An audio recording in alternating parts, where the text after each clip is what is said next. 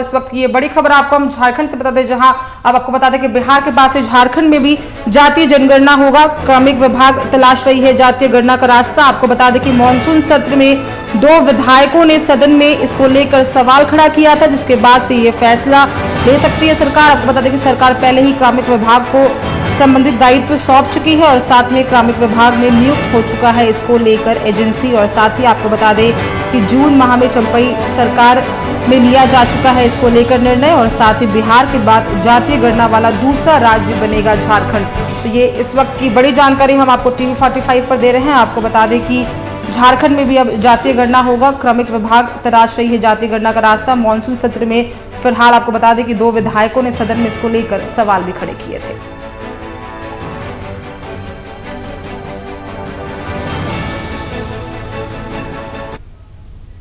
और इसी पे अधिक चर्चा करने के लिए हमारे स्टेट हेड अभिषेक जी हमारे साथ लाइव जुड़ चुके हैं। अभिषेक जी, देखिए कहीं ना कहीं ये झारखंड के अगर रूप में देखें तो बड़ी खबर सामने निकल कर आ रही है। बिहार के बाद से अब झारखंड ऐसा दूसरा राज्य हो सकता है जहां पे जातीय जनगणना होगी। और कहीं ना कहीं देखिए सदन में हमने देखा था कि 2 विधायकों ने लेकर इसको सवाल भी खड़े किए थे, और राहुल गांधी की अगर बात करें तो वो भी कहीं ना कहीं इसमें समर्थन में दिखे थे। कुछ दिन पहले हमने केंद्र में भी देखा था कि इसको लेकर चर्चा हुई थी। तो क्या कुछ अहम जानकारी फिलहाल इसको लेकर है आपके पास? देखिए, धर्म की राजनीति जो चल रही थी हिंदू मुसलमान, उसको तोड़ने का सबसे आजमाया हुआ और नायाब फॉर्मूला है जाति का राजनीति। जो कभी नहीं जाती वही है जाति। बीजेपी का जो अश्वमेध रथ था, विजय रथ, उस रथ पर लगाम लगी इसी जातीय जनगणना से। आप याद कीजिए बिहार के विधानसभा चुनाव। बिहार विधानसभा चुनाव में नीतीश कुमार और लालू के गठबंधन ने जो रोका था बीजेपी का जो विजय रथ है, उसको रोकने के लिए सबसे पहले जो चाल चली गई थी वो चली गई थी जातीय जनगणना का शिगुफा बिहार में, और वो सफल रहा था। जातीय जनगणना भले बाद में हुई, लेकिन इसने अपना जो नतीजा है वो बहुत पहले दिखा दिया था। ठीक उसी तरीके से यहां पर भी जातीय जनगणना जो है, जातीय जनगणना झारखंड में भी अपना जो असर है वो दिखा रही है। मैं आपको बताऊं कि साक्षी, लोकसभा चुनाव में राहुल गांधी ने इस फॉर्मूला को आजमाया। वो आप देख रही होंगी कि वो जहां जा रहे थे वो एक संविधान लेकर के जा रहे थे। कांग्रेस के जितने भी प्रत्याशियों ने झारखंड में फॉर्म भरा, खास करके एसटी सीटों पर, उन सीटों पर हाथ में संविधान लेकर के फॉर्म भरा। मकसद क्या था? मकसद ये था ये संदेश देना कि बीजेपी अगर सत्ता में आएगी तो वो संविधान बदल देगी। और ये नैरेटिव सेट हुआ। ये नैरेटिव दिया गया कि बीजेपी जो है वो फॉरवर्ड की पार्टी है। बैकवर्ड लोग जो हैं, जो एसटी हैं, जो एससी हैं, ये लोग, इन लोगों के लिए बीजेपी नहीं सोचती है। और ये फॉर्मूला काम किया, निस्संदेह काम किया। देखिए, एक भी एसटी सीट पर बीजेपी का सांसद नहीं है। अब इसी फॉर्मूले को, जैसे ही चुनाव खत्म हुए, चंपई सोरेन तब मुख्यमंत्री थे, चंपई सोरेन ने कार्मिक विभाग को यह आदेश दिया कि भाई जातीय जनगणना की तैयारी शुरू कीजिए। और यकीन मानिए, आचार संहिता लगने से पहले बहुत हद तक जातीय जनगणना शुरू भी हो जाएगी। एजेंसी को हायर कर लिया गया है जो अलग अलग इलाकों में जातीय जनगणना करेगी। और शायद इलेक्शन से पहले जातीय जनगणना के आंकड़े भी बहुत संभव है कि आ सकते हैं, अगर कोर्ट का पेंच बीच में ना फंसे तो कुल मिलाकर के जातीय जनगणना एक ऐसा फॉर्मूला है। बीजेपी जो संथाल की डेमोग्राफी का जो फॉर्मूला तोड़ने की कोशिश कर रही है, उस फॉर्मूले पर यह जातीय जनगणना का फॉर्मूला भारी पड़ सकता है। और यकीन मानिए, आने वाले दिनों में झारखंड के लिए सबसे बड़ा मुद्दा ये जातीय जनगणना ही रहने वाला है। जी साक्षी जी। अभिषेक जी, जिस तरह से आपने बताया कि देखिए राहुल गांधी की बात करें या तमाम कांग्रेस के जितने भी बड़े नेता हैं उनकी बात करें, जब लोग जा रहे थे तो हाथ में संविधान लेके जा रहे थे और बीच में बहुत गर्मा गर्मी भी देखने को मिली। तो लोकसभा की अगर हम 5 एसटी सीटों की बात करें तो वहां पे बीजेपी को कड़ी हार देखने को मिले। हमने बीच में इसको लेकर काफी खबरें भी दिखाई थी कि आखिरकार इसके पीछे जिम्मेदार कौन है। हमने काफी लिस्टों के नाम भी बताई थी, आपने वो खबर दिखाई थी कि जो हार है उसका कहीं ना कहीं आकलन करने की कोशिश बीजेपी की जो पार्टी है उसने किया था। लेकिन क्या आने वाले जो विधानसभा चुनाव है अभिषेक जी, उसमें इसका असर फिलहाल देखने को मिल सकता है? क्योंकि जिस तरह से आप बता रहे हैं कि विधानसभा चुनाव के पहले इसको लेके जो क्रमिक विभाग है उसको बातें कही गई, चंपई सरकार ने ही इसका फैसला लिया था। तो क्या आने वाले विधानसभा चुनाव में भी जो लोग हैं, जो वोटर्स है, उस पर इसका प्रभाव देखने को क्या मिल सकता है फिलहाल? यकीनन मिलेगा साक्षी। विधानसभा का जो चुनाव है ये उसी के मद्देनजर माफ कीजिए, ये उसी के मद्देनजर लिया गया फैसला है। ये वो वक्त है जब हर चीज के राजनीतिक मायने हैं। अगर कोई नेता कोई बयान दे रहा है तो उसका भी असर विधानसभा चुनाव में देखने को मिलेगा। अगर निशिकांत दुबे ये कहते हैं कि संथाल, मुर्शिदाबाद और ये सब इलाकों को एक अलग केंद्र शासित प्रदेश का दर्जा दिया जाए इन सबको मिला करके, तो इसके भी राजनीतिक मायने और इसका भी असर देखने को मिलेगा। अगर जातीय जनगणना की तैयारी हो रही है तो इसका भी विधानसभा में इंपैक्ट दिखना ही दिखना है, इसलिए कि ये उसी के लिए किया ही जा रहा है। भाई 5 साल की सरकार थी, 5 साल में इससे पहले तो सुगबुगाहट नजर नहीं आई, अभी ही सुगबुगाहट क्यों नजर आ रही? क्योंकि इसका लाभ विधानसभा में लेना है। ये सबसे बड़ा मास्टर स्ट्रोक रहने वाला है विधानसभा के लिए। अगर जो मैया योजना है उस योजना की बात कर रहे हैं तो आप देखिए कि उस योजना में आधी आबादी को टारगेट किया गया है, तो जाहिर सी बात है इसका विधानसभा में बेनिफिट होगा।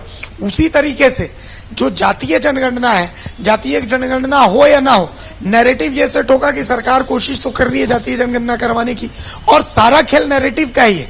नैरेटिव क्या ही खेल आपने लोकसभा चुनाव में देखा है।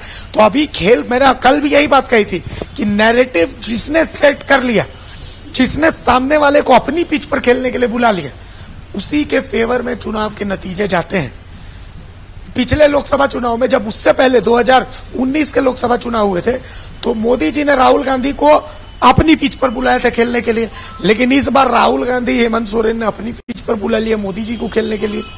तो देखिए, जो जिस पिच पर खेलेगा नतीजे उसी आधार पर तय होंगे। हेमंत, जातीय जनगणना इंडिया अलायंस की पिच है, हेमंत सोरेन की पिच है। अब देखना है कि इस पिच पर बीजेपी के नेता खेलने आते हैं या फिर बीजेपी की संथाली डेमोग्राफी वाली, संथाल की डेमोग्राफी चेंज वाली पिच पर हेमंत सोरेन और इंडिया अलायंस खेलने जाता है। इसी का इंतजार कीजिए साक्षी जी। आखिरी सवाल आपसे रहेगा अभिषेक जी, देखिए हमारे समाज में अगर हम बात करें तो इसको लेके हमेशा से दो तरह के लोग बातचीत करते आते हैं। कुछ लोग इसके समर्थन में खड़े होते नजर आते हैं कि जातीय जनगणना होनी चाहिए हमारे देश में, लेकिन वहीं दूसरे तरफ अगर बात करें तो कुछ लोग इसको लेकर विपक्ष में भी खड़े होते नजर आते हैं। वो लोग कहते हैं कि इसको लेकर कहीं ना कहीं जातीय जनगणना के बाद से हमारे देश में जो है वो विभाजन जैसी चीजें सामने नजर आ सकती है। अगर हम हेमंत सोरेन की बात करें तो अभी जिस तरह से आप बता रहे थे, तो सदन में जब वो बोल रहे थे तो उन्होंने ये साफ तौर पर बात कही थी कि अभी तो जनता ने, जैसे आप पिच की बात कर रहे थे कि मोदी जी को इस बार कहीं ना कहीं हेमंत सोरेन ने और कांग्रेस पार्टी ने अपनी पिच पर उतार के खेलने का काम किया, और उसका असर झारखंड में अगर हम बात करें तो काफी देखने को मिला। और अगर पूरे देश में हम बात करें तो इस बार कांग्रेस को अच्छी खासी सीटें मिली थी गठबंधन की जो सरकार थी। तो कहीं ना कहीं इस बार हेमंत सोरेन ने साफ तौर पर नेता प्रतिपक्ष अमीर बावरी ने जब बोल के खत्म होता उसके बाद उन्होंने जवाब में कहा था कि इस बार कहीं ना कहीं जो जनता है उन्होंने आधा आईना दिखाने का काम किया है, और आगे होने वाले विधानसभा चुनाव में जो जनता है वो पूरा आईना कहीं ना कहीं भाजपा की सरकार को दिखाने का काम करेगी। तो क्या जो इस तरह की बयानबाजी है उसमें कहीं ना कहीं कॉन्फिडेंस जो है अब वो कहीं ना कहीं कांग्रेस पार्टी के राहुल गांधी के बयानों में भी नजर आ रहा है, और साथ ही अगर हम हेमंत सोरेन की बात करें तो उनकी बातों में भी वो कॉन्फिडेंस कहीं ना कहीं नजर आता है हमें, अभिषेक जी? देखिए साक्षी, इसमें दो सवाल आपने पूछे हैं। एक तो कॉन्फिडेंस की बात है और एक जातीय जनगणना के पक्ष और विपक्ष की बात है। आप जब स्कूल में पढ़ती होंगी तो स्कूल में एक मॉनिटर चुना जाता था, उस मॉनिटर को चुने जाने का एक आधार होता था जी।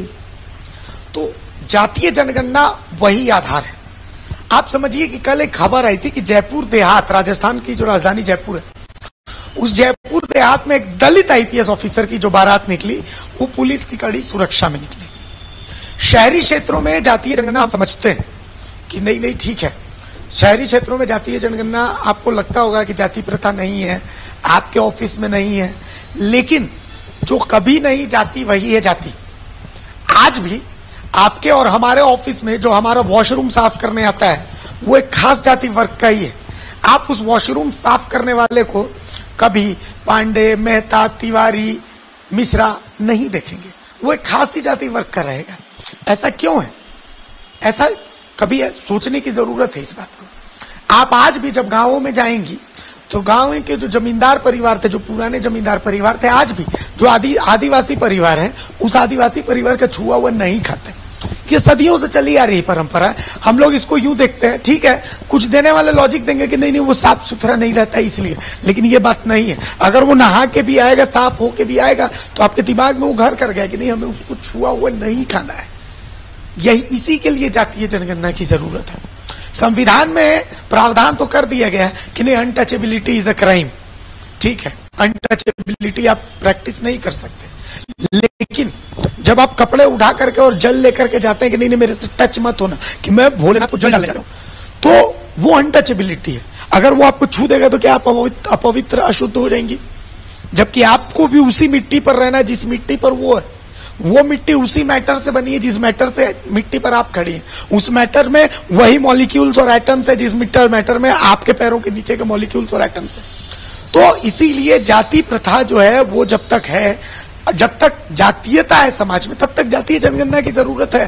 ठीक है, हम अपने हिसाब से उसका पॉजिटिव और नेगेटिव इंपैक्ट जो है, कुछ लोग बोलेंगे कि नहीं वैमनस्यता फैलाने की जरूरत है, कुछ बोलेंगे कि उसका पॉलिटिकल माइलेज लेने की जरूरत है। वो सब बातें हैं, हम मानते हैं कि वो बातें हैं। कोई किसी समाज का भला करने के लिए नहीं बैठा है, सब अपनी रोटी सेकने के लिए बैठे हैं।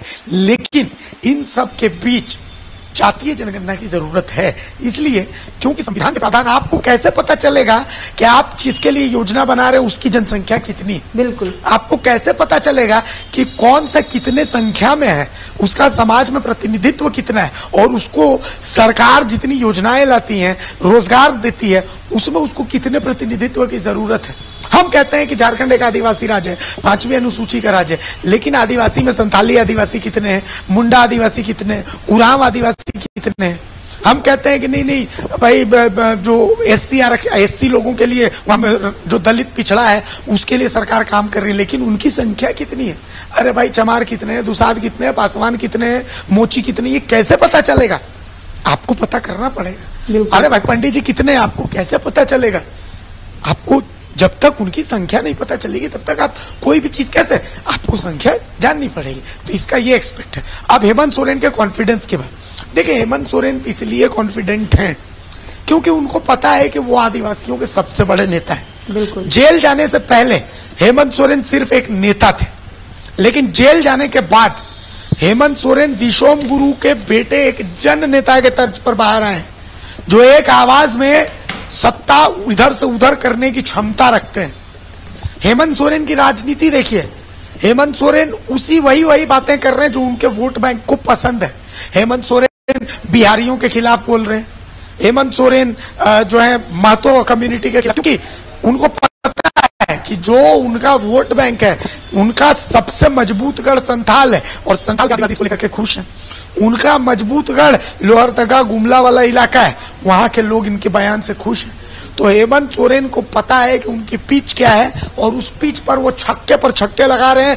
और सबसे बड़ी बात है कि हेमंत सोरेन को पता है कि विधानसभा चुनाव के लिए उनको क्या करना है। साक्षी, तो कॉन्फिडेंस तो आएगा ही। जी, तमाम अहम जानकारी के लिए बहुत बहुत धन्यवाद अभिषेक जी। हम आपसे अपडेट लेते रहेंगे, आप खबर पे बने रहिएगा। तो देखिए, ये अहम जानकारी इस वक्त हम आपको दे रहे थे, जहां आपको बता दें कि जातीय जनगणना को लेकर कहीं ना कहीं अब बिहार के बाद से झारखंड का नाम भी सामने आ रहा है, और उसको लेकर कहीं ना कहीं चंपई सरकार ने फैसला लिया था, और सदन में आपको बता दें कि 2 विधायकों ने उसको लेकर आवाज भी खड़ी की थी, जिसपे हमारे सहयोगी अभिषेक जी ने बताया कि समाज में आगे बढ़ने के लिए और तमाम जातियों के बारे में जानने के लिए कहीं ना कहीं जातीय जनगणना जो है वो बहुत ही अहम और खास होता है। फिलहाल वक्त